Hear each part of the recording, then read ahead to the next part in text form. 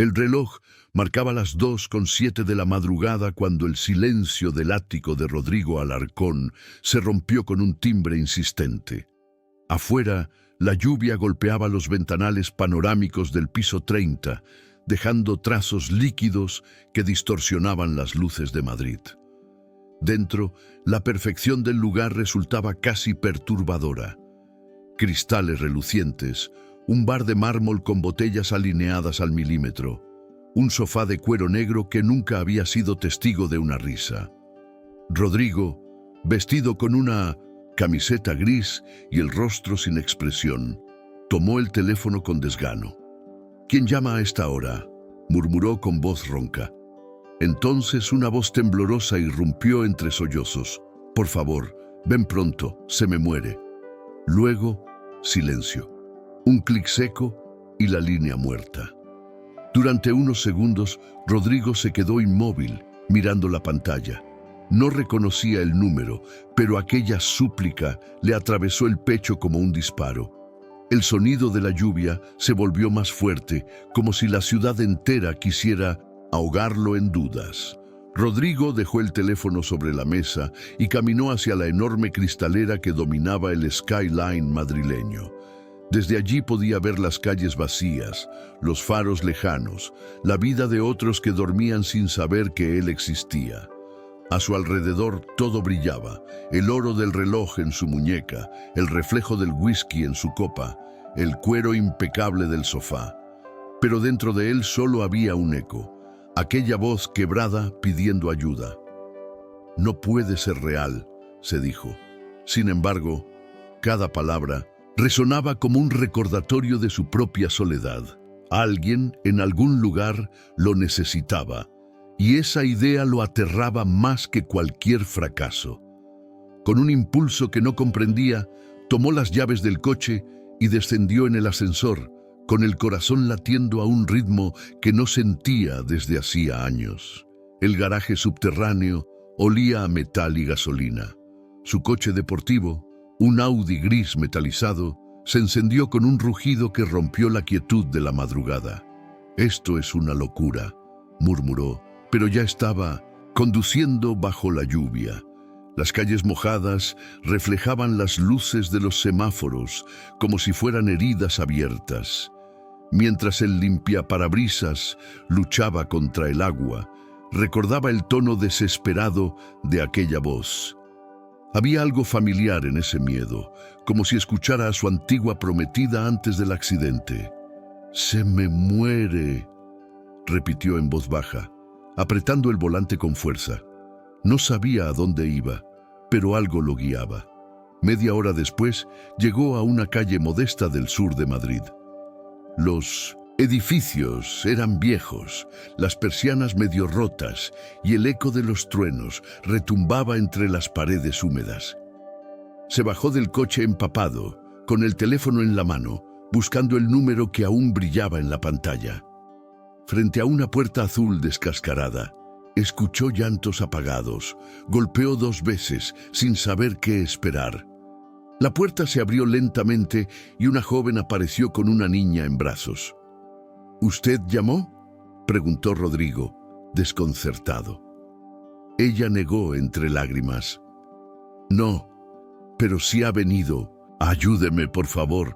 Él miró a la niña pálida y sin fuerzas y comprendió. No había error, había destino. ¿Desde qué ciudad estás viendo esta historia? Cuéntanos en los comentarios y suscríbete para más relatos que tocan el alma. El hospital olía a desinfectante y a miedo. Rodrigo caminaba detrás de Clara, aún empapado, observando cómo los médicos se llevaban a la niña por el pasillo. El llanto de la madre le desgarró el alma. «Por favor, sálvenla», repetía entre sollozos. Rodrigo quiso decir algo, pero las palabras no salían. No sabía qué hacía allí, ni por qué aquel dolor ajeno lo afectaba tanto. Durante años había aprendido a no involucrarse, a no sentir. Pero ver a esa mujer aferrada a un hilo de esperanza le recordó que alguna vez él también suplicó por una vida que se le escapaba entre las manos. Cuando un enfermero le pidió los datos de la paciente, Clara lo miró con desconfianza. «No es familia», dijo. Y aún así, Rodrigo se quedó. La madrugada se alargó entre luces frías y sillas incómodas. Clara permanecía inmóvil, con la mirada perdida en una máquina de café. Rodrigo le ofreció un abrigo, pero ella lo rechazó con un gesto suave. «Gracias, no hacía falta», murmuró. Su voz temblaba. Él la observó con atención. Tenía el rostro pálido, el cabello húmedo pegado a la frente y las manos entrelazadas como si rezara. No usaba maquillaje ni joyas, pero había en ella una dignidad que desarmaba. Cuando finalmente un médico se acercó para informar que la niña estaba estable, Clara se desplomó de alivio. Rodrigo la sostuvo antes de que cayera. Por un instante, sintió que abrazaba algo sagrado. Horas después, ya con la niña en observación, Clara y Rodrigo compartieron un café en la cafetería del hospital. «Perdón por lo de antes, pensé que se había equivocado de lugar», dijo ella con una sonrisa cansada. Rodrigo negó con un gesto. «Tal vez sí me equivoqué, pero me alegra haberlo hecho». Esa frase la desconcertó. ¿Qué hacía despierto a las 2 de la mañana? Él bajó la mirada. No podía dormir. No mencionó los sueños, ni las voces, ni el silencio insoportable de su ático. Ella no insistió. A veces el dolor ajeno se reconoce sin necesidad de explicaciones. Durante los días siguientes, Rodrigo visitó el hospital sin entender por qué. Cada mañana encontraba una excusa para pasar por allí. Un café, una conversación corta, una sonrisa. La pequeña Sofía lo miraba con curiosidad desde su cama y en poco tiempo le tomó cariño.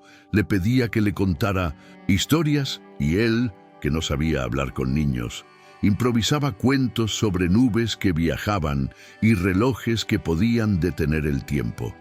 Clara observaba aquellas escenas con una mezcla de gratitud y desconfianza. «No tiene por qué hacerlo», decía. «Ya lo sé», respondía él, y seguía allí. Una tarde, cuando la lluvia volvía a caer sobre Madrid, Clara le confesó parte de su historia. Vivía sola con Sofía desde que el padre las abandonó. Trabajaba de noche como camarera, y los días eran una carrera contra las cuentas y el cansancio. «A veces no sé si puedo más», admitió, mirando su taza vacía. Rodrigo la escuchaba en silencio. Quiso ofrecerle dinero, pero algo en su tono le impidió hacerlo. Ella no hablaba desde la lástima, sino desde la resistencia. «Mi hija me da fuerzas», dijo con una sonrisa débil. «Prometí que mañana será mejor». Aquella frase se le quedó grabada a Rodrigo como una plegaria. Poco a poco, la relación entre ambos se volvió más cercana. Rodrigo comenzó a involucrarse en la vida de Clara y Sofía más de lo que había planeado.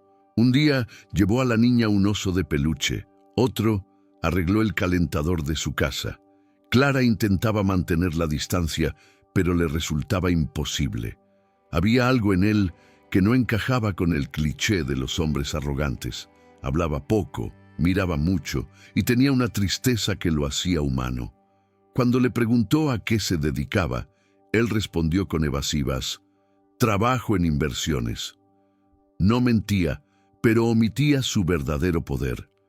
No quería que ella lo viera como a un millonario, sino como a un hombre. Los socios de Rodrigo pronto notaron su ausencia. En las oficinas de Alarcón Tech los rumores crecían. El jefe está distraído, pierde reuniones importantes, se ha vuelto blando. Uno de ellos, su socio más cercano, lo enfrentó. «¿Qué haces metido en barrios obreros? No puedes arriesgar tu reputación». Rodrigo lo miró con frialdad. «Mi reputación está intacta. Mi humanidad no». Aquella respuesta le costó enemigos, pero también una liberación. Por primera vez no le importaba lo que dijeran. Había descubierto algo más valioso que los mercados: el sonido de una niña riendo al verlo llegar. Clara, sin embargo, empezó a notar inconsistencias. Un día, al leer un periódico en la cafetería del hospital, vio su rostro en una portada. Rodrigo Alarcón, el inversionista que cambió el futuro de la tecnología española. Su corazón se detuvo. Sintió que el suelo se le movía. Cuando él llegó esa tarde, lo recibió con una frialdad que lo desarmó. ¿Por qué no me dijiste quién eras? Rodrigo intentó explicarse, pero ella no lo dejó hablar. ¿Pensabas comprar nuestra gratitud? Sus palabras fueron cuchillos. Él bajó la cabeza. Solo quería ayudar. Ella lo miró con lágrimas contenidas.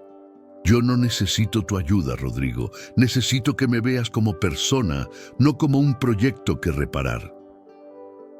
Aquella noche, él volvió al ático. Todo seguía igual. El orden, el silencio, la perfección. Pero ahora le resultaba insoportable. Se sirvió un whisky, lo dejó sobre la mesa y miró la ciudad desde el ventanal. Lo arruiné otra vez, susurró. Las luces lejanas de Madrid parecían burlarse de él. Durante años había creído que el dinero podía arreglar cualquier cosa, pero Clara le había mostrado la herida más profunda. No sabía ofrecer nada que no se pudiera comprar. Por primera vez, lloró sin contención, golpeando la mesa con rabia. En su reflejo vio un hombre que no reconocía. Mientras tanto, Clara también lloraba. Había reaccionado con dureza, lo sabía, pero el miedo era más fuerte. Había visto demasiadas promesas incumplidas, demasiados hombres que se acercaban por compasión o culpa. No quería depender de nadie. Sin embargo, en la soledad de su cuarto, recordaba la manera en que Rodrigo había cargado a Sofía hasta el hospital, cómo esperó toda la noche sin marcharse, cómo sonreía con timidez cuando la niña lo llamaba Señor R. Cerró los ojos y susurró, tal vez no sea como los demás. Pasaron varios días sin verse. Rodrigo intentó concentrarse en el trabajo, pero las pantallas y los gráficos financieros le resultaban vacíos. Cada cifra le recordaba un fracaso humano. Finalmente, decidió ir al hospital una última vez. Al llegar, la enfermera le informó que Clara había pedido el alta voluntaria. Su hija había empeorado y necesitaban trasladarla a otra clínica, más barata. Rodrigo sintió un nudo en el estómago. Preguntó la dirección y salió sin pensar. La lluvia había vuelto, como si Madrid compartiera su tristeza. Al llegar al modesto apartamento, encontró a Clara empacando una maleta pequeña mientras Sofía dormía en el sofá. «No quiero tu dinero, Rodrigo», dijo ella antes de que él hablara. «Solo quiero que entiendas que no necesito ser salvada». Él se acercó despacio, empapado por la tormenta, y respondió con voz baja. «No vine a salvarte, vine a quedarme». Clara lo miró sorprendida. Por un momento no hubo palabras, solo el sonido de la lluvia golpeando los cristales. Y en ese silencio, algo cambió. Entre ellos, 3 días después, el teléfono de Rodrigo sonó de madrugada. Esta vez, la voz era conocida. Clara, llorando. «Rodrigo, Sofía se puso muy mal, no respira bien, no sé qué hacer». Él no lo dudó.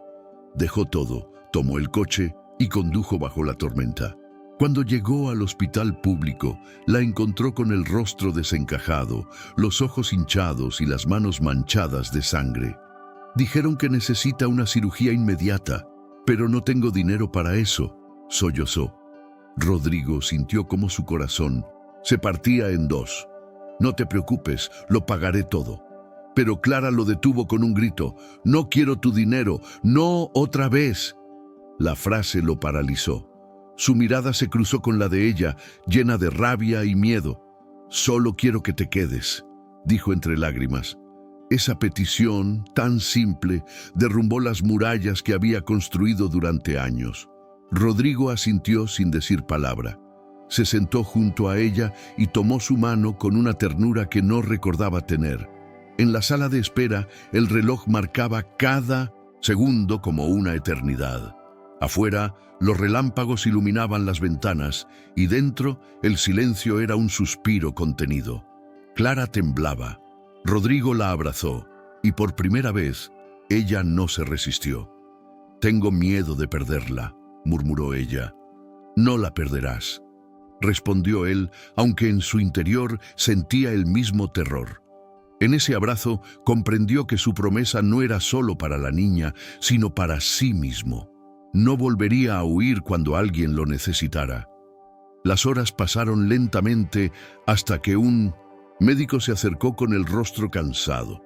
La operación fue complicada, pero salió bien. Su hija está fuera de peligro. Clara se cubrió la cara con las manos y rompió a llorar. Rodrigo cerró los ojos y exhaló, como si liberara años de peso acumulado. Cuando ella se volvió hacia él, no había orgullo ni distancia.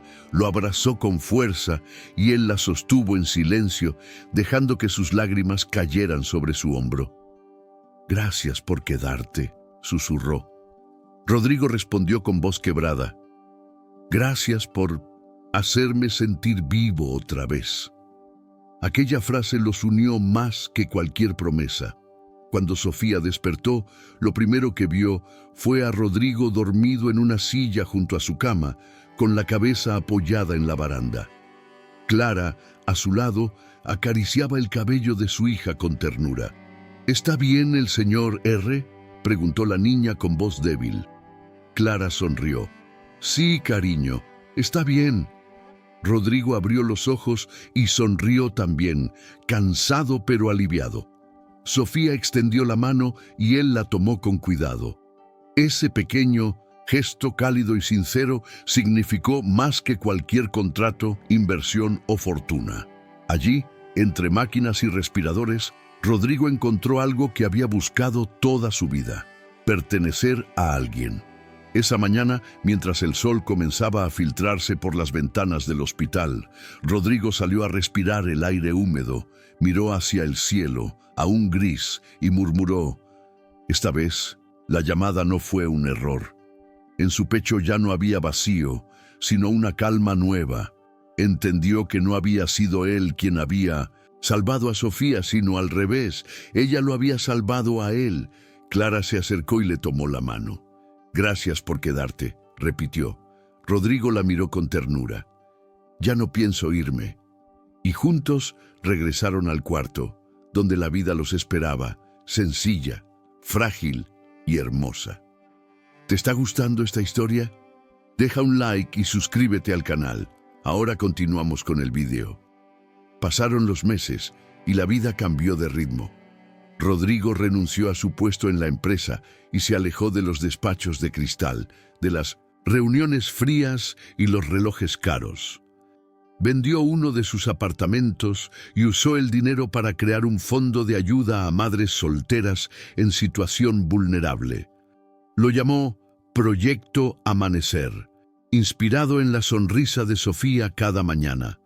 Las oficinas del fondo no estaban en el centro financiero, sino en un barrio humilde donde la esperanza costaba menos que el pan. Rodrigo pasaba horas allí, escuchando historias de mujeres que, como Clara, habían aprendido a resistir. Por primera vez, comprendió que su éxito real no se medía en cifras, sino en vidas tocadas por la bondad. Clara se convirtió en su compañera en ese nuevo propósito. Juntos organizaban campañas, visitaban hospitales y repartían alimentos. Rodrigo admiraba su fuerza silenciosa, esa mezcla de ternura y determinación que lo había salvado sin proponérselo. Por las noches cenaban los tres, él, Clara y Sofía, en una pequeña mesa de madera. A veces hablaban, a veces solo se miraban en paz. Sofía le decía Tito Ro, y cada vez que escuchaba ese apodo, Rodrigo sentía que la herida de su pasado se cerraba un poco más. No había promesas de amor rápido, sino un vínculo real, construido sobre el respeto y el tiempo compartido. Una tarde, Durante la inauguración de un nuevo centro comunitario, Rodrigo tomó el micrófono frente a un pequeño público. Vestía sencillo, camisa blanca y chaqueta sin corbata. Su voz sonaba serena. «Durante años creí que la riqueza era tenerlo todo», dijo, «pero aprendí que la verdadera riqueza es quedarse cuando nadie más lo hace. Esta fundación no nació de la caridad, sino del amor que una madre me enseñó sin pedírmelo». Las personas aplaudieron, pero él solo buscó a Clara entre la multitud. Ella lo miraba con lágrimas discretas, y él supo que no necesitaba decir nada más. Ese era su lugar, su destino. Esa noche, mientras el sol caía sobre Madrid, los tres caminaron por el parque. Sofía corría entre los árboles riendo, mientras Clara y Rodrigo la observaban desde un banco. El teléfono de él sonó. Un antiguo socio insistía en que regresara al negocio. Rodrigo lo miró, sonrió y lo dejó sonar. «Ya no hay llamadas equivocadas», dijo, tomando la mano de Clara. Ella apoyó la cabeza en su hombro. El viento movía las hojas y el sonido de la risa de Sofía llenó el aire. Por primera vez en años, Rodrigo no pensaba en el pasado ni en lo que había perdido, sino en lo que había encontrado.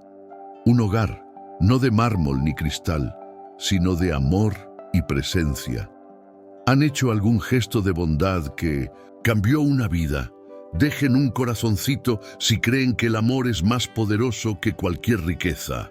Suscríbanse para más historias de segundas oportunidades. Comenten: «El amor no tiene precio», si ustedes también creen en la bondad humana.